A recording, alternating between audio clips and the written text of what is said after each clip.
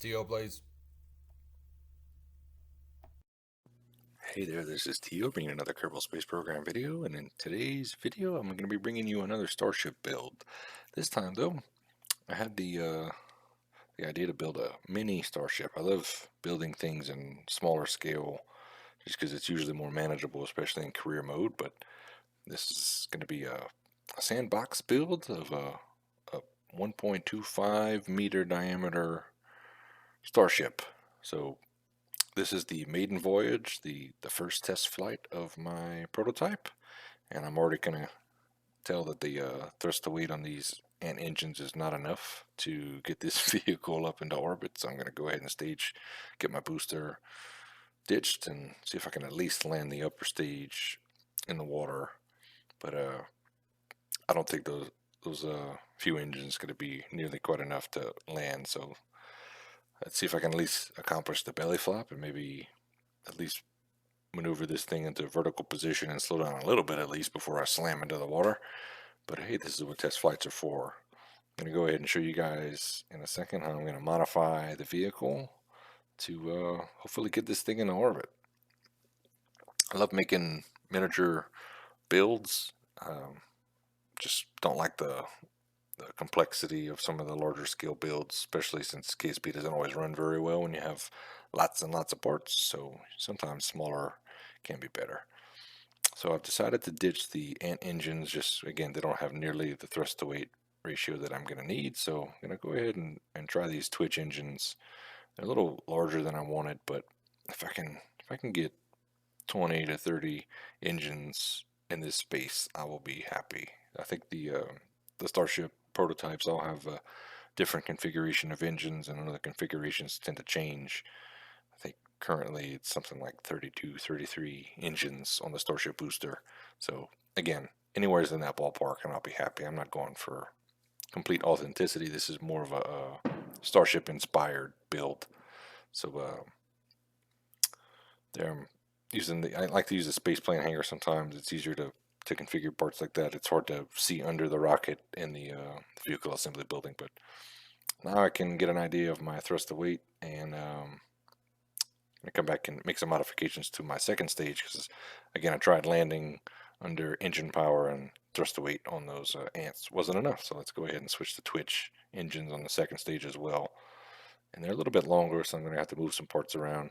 I'm using these structural tubes to get the shape of the rocket right, and I've got uh, fuel fuel fuel parts inside the structural tubes, so I can add as many parts as I need inside the structural tubes. I don't like to do too much um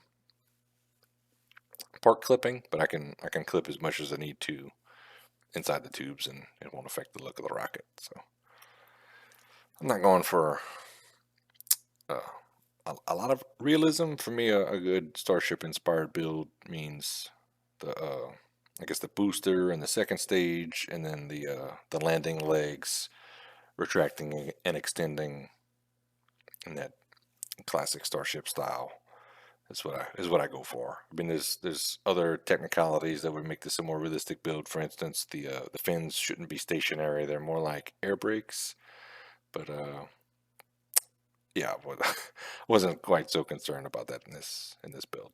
Just trying to get something small that looks like a Starship into orbit. So again, I could tell this wasn't going to make it. So let me see if I can at least land on the peninsula here.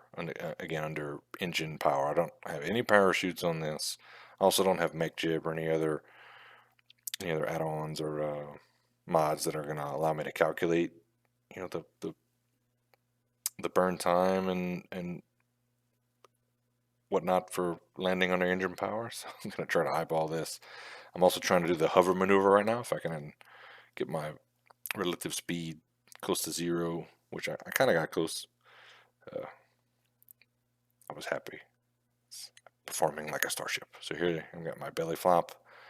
Let me see, kind of bleed off some speed, trying to slow down my descent, and then I'm gonna try to maneuver this thing into a vertical position here in a second. See if I can slow down and hopefully not slam into the ground and kill my test pilot. These landing legs are not forgiving at all. That kind of counts. All right. So I went ahead back into the VAB and modified my fuel a little bit. Needed a little more fuel to get into orbit. And that's my goal. This isn't successful if I can't put this thing into orbit. So see if I can get a pretty decent approach into orbit. Booster's running out of fuel. Apoapsis is still kind of low. I don't know. Not feeling it. So I think I'm going to settle for suborbital. I can get out of the atmosphere. I can get out and do an EVA. I think Elon would be pleased if on one of the next Starship tests they can at least do a spacewalk. And yeah, I'm going to count this as kind of a success. So it's a tiny Starship. I can go suborbital, get out, float around, check out my 3 engines.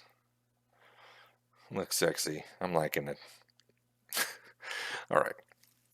So the final part of the true test to see if this is a Starship, if I can land on these little stubby retractable landing legs. Again, they're not very forgiving.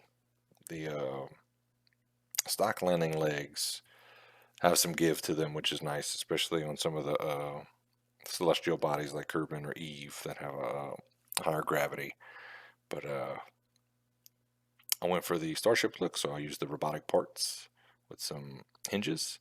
And on re-entry, I lost my fins, but thankfully I've got enough controllability with my reaction wheel, which I'm sure the Starship will not have. But again, I'm not going completely for realism. So that's pretty much the end of the flight. Let's see if I can land this thing. Appreciate you guys for tuning in. I hope you like some of the more realistic content like Starship and whatnot.